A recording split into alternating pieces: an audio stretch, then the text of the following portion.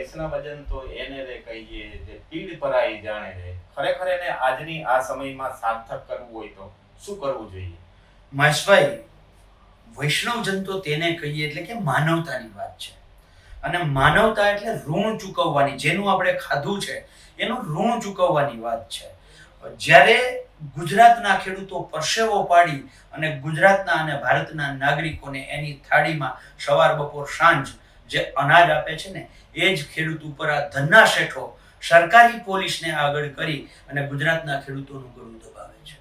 એ જ પોલીસ ગુજરાતની ખેડૂત બહેનોને ઢસડે છે, એમની ઉપર લાઠીચાર્જ કરે છે.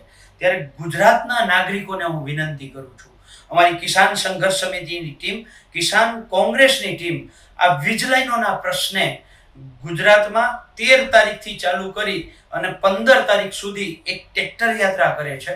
અને આ ટ્રેક્ટર યાત્રામાં ગુજરાતનો એક નાગરિક, ભાઈ હોય કે બહેન હોય, એ દરેકને સમર્થન કરી શકે છે. શક્ય હોય તો રેલીમાં જોડાઓ.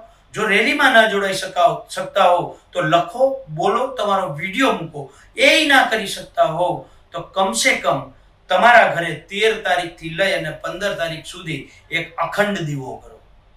એ અખંડ દીવો જ્યારે તમે તમારી પવિત્ર જગ્યાએ મૂકો છો ત્યારે તમે એનો એક વિડીયો બનાવો કે ખેડૂતોના લડાઈને બળ માટે, આ સરકારને સદબુદ્ધિ મળે એના માટે હું વિડીયો બનાવું છું. અને આ વિડીયો અહીંયા આ દીવડો અહીંયા મૂકી અને પ્રાર્થના કરું છું કે મારા જગતના તાતને ન્યાય મળે. તો એવી જ રીતે ગુજરાતની તમામ ભાઈઓ બહેનો સાંજે 13 તારીખે એક વિડીયો બનાવીને મૂકે, 14 તારીખે મૂકે અને દીવડો પ્રગટાવે. એવી આપ સૌ પાસેથી ગુજરાતના ખેડૂતો અપેક્ષા રાખી રહ્યા છે. અને અમને આશા છે કે તમે ખાધું છે તો ખેડૂતનું ઋણ 100% ચૂકવશો.